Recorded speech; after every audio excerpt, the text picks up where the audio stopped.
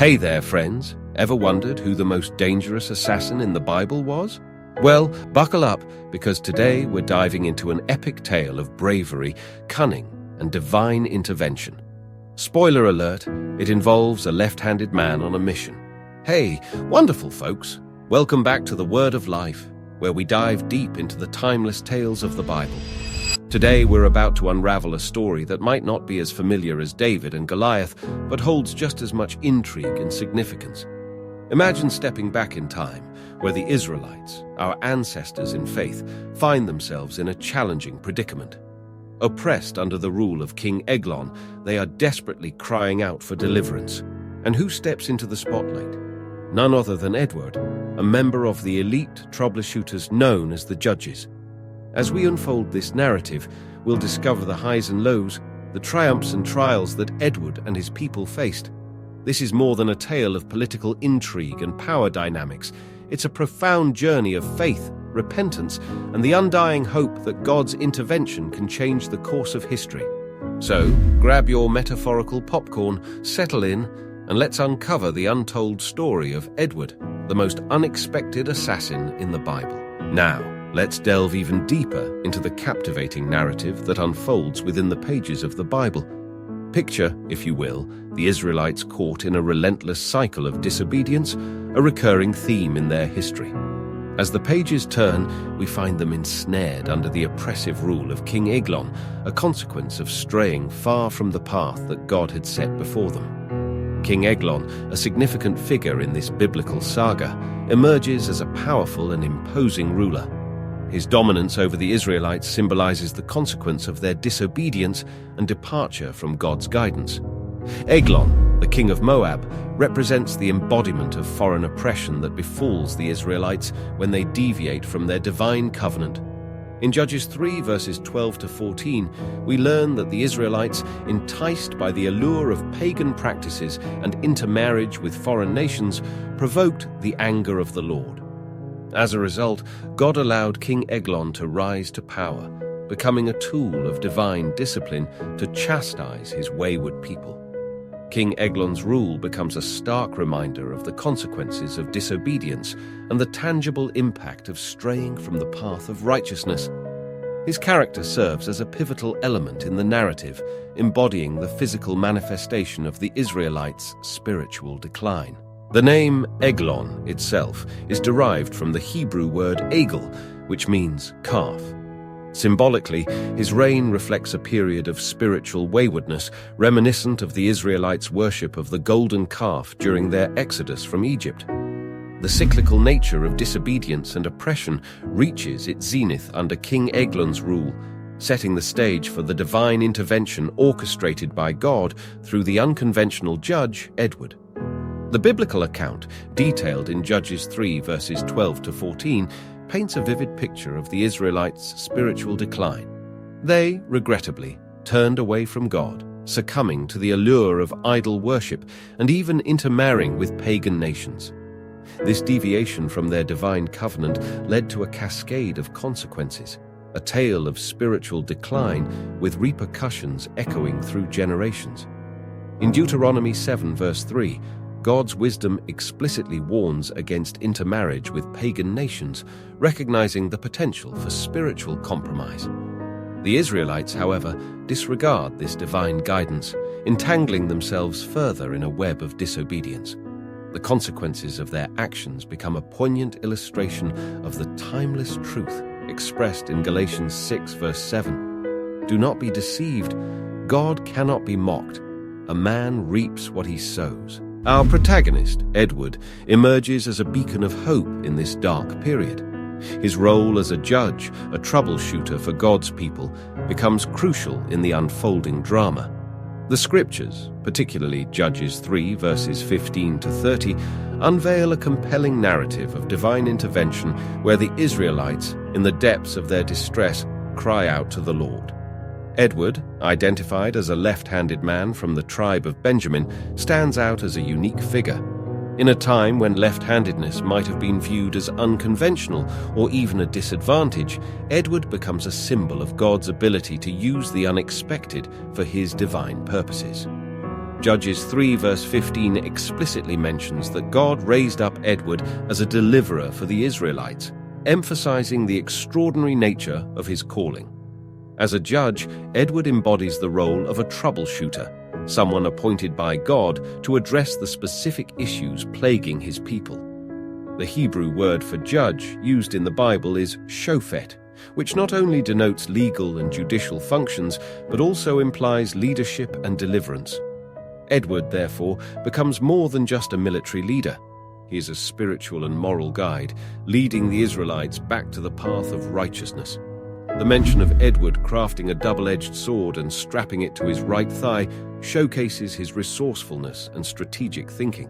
This left-handed judge devises a plan that aligns with his unique abilities, underscoring the divine wisdom in choosing an unconventional deliverer. Judges 3 verse 20 to 23 vividly narrates the pivotal moment when Edward, with divine guidance, infiltrates the palace of King Eglon and delivers a fatal blow. The meticulous details of the narrative highlight not only Edward's bravery, but also the precision of God's plan in using him to liberate his people. In the broader context of the biblical narrative, Edward stands as a testament to the recurring cycle of disobedience, oppression, repentance, and deliverance that characterizes the history of Israel. His story becomes a chapter in the larger saga of God's faithfulness and the continuous restoration of his chosen people. Edward's mission, however, goes beyond a mere political uprising. It's a story of repentance and redemption, where the consequences of disobedience lead to a foreign ruler's dominance. The Israelites, realizing their mistake, turn back to God, and he responds with mercy. The left-handed uniqueness of Edward becomes a symbol of divine intervention. In Judges 3 verse 15, it says, "Again the Israelites cried out to the Lord, and he gave them a deliverer, Ehud, a left-handed man, the son of Gera, the Benjamite." This distinctive trait becomes a tool in Edward's plan, highlighting God's ability to use the unexpected for his purposes. As we venture deeper into this riveting biblical tale, let's shine a spotlight on a pivotal moment that stands as a testament to divine intervention. Edward, driven by a unique left-handed prowess, meticulously orchestrates the assassination of King Eglon. But what unfolds isn't merely a political maneuver, it's a strategic dance choreographed by the hands of the Almighty. The biblical account in Judges 3 verses 20 to 23 opens a window into this dramatic sequence of events. Picture this. Edward, guided by the unseen hand of God, enters the king's private chamber with unwavering determination. The verses vividly describe the execution of this plan, an unforeseen hero delivering a fatal blow that reverberates through the corridors of history. Ehud then approached him while he was sitting alone in the upper room of his palace and said, "I have a message from God for you." As the king rose from his seat, Ehud reached with his left hand, drew the sword from his right thigh, and plunged it into the king's belly. Judges 3, verse 20 and 21. This divine intervention is a symphony of purpose and precision, where the unexpected becomes a vessel for God's will. The left-handedness of Edward, initially considered an anomaly, transforms into a divine instrument for liberation. It's a profound reminder that God works through the unconventional, turning what society might deem as weaknesses into strengths. The words of Judges 3 verse 22 echo through the narrative, encapsulating the gravity of this moment. Even the handle sank in after the blade, and his bowels discharged. Ehud did not pull the sword out, and the fat closed in over it. Judges 3 verse 22. This graphic description emphasizes the irrevocable nature of the act, a decisive blow that not only ends the tyrannical rule of King Eglon, but symbolizes the breaking of chains that bound God's people. In these verses, we witness the intersection of human agency and divine orchestration, a dance where Edward's left-handed skill, coupled with God's guiding hand, alters the course of history. It's a reminder that God often chooses the unexpected to showcase his power, emphasizing that, in his hands, unconventional methods can lead to extraordinary outcomes. But let's not close the book just yet. Edward, having emerged victorious over King Eglon, now takes on a new role, a unifier and a leader. In Judges 3 verse 27, the narrative unfolds with a powerful scene as Edward sounds the trumpet, echoing a rallying call that resounds through the hills and valleys, summoning the Israelites to stand against their oppressors.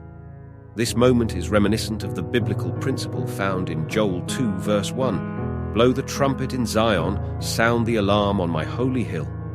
The trumpet, a symbol of urgency and a call to action, becomes Edward's tool to unite the scattered tribes of Israel. It's not merely a military call, it's a spiritual awakening, a stirring of hearts to rise against the forces of oppression. As the Israelites heed this call, they march into battle with a potent combination of faith and bravery. The battlefield becomes a canvas where the divine and the human intertwine, echoing the sentiment found in 2 Chronicles 20 verse 15. Do not be afraid or discouraged because of this vast army, for the battle is not yours, but God's. In their obedience to God's call, they find strength beyond themselves. The ensuing battle, infused with a deep sense of reliance on God, becomes a testimony to the divine intervention seen throughout their journey. Judges 4 verse 23 and 24 captures the essence of this victorious moment. On that day, God subdued Jabin, the Canaanite king, before the Israelites.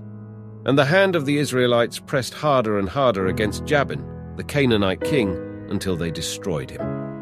This decisive victory over the Moabites isn't just a military triumph. It's a manifestation of God's faithfulness and the unwavering courage of his people. It mirrors the promise in Deuteronomy 20 verse 4. For the Lord your God is the one who goes with you to fight for you against your enemies to give you victory.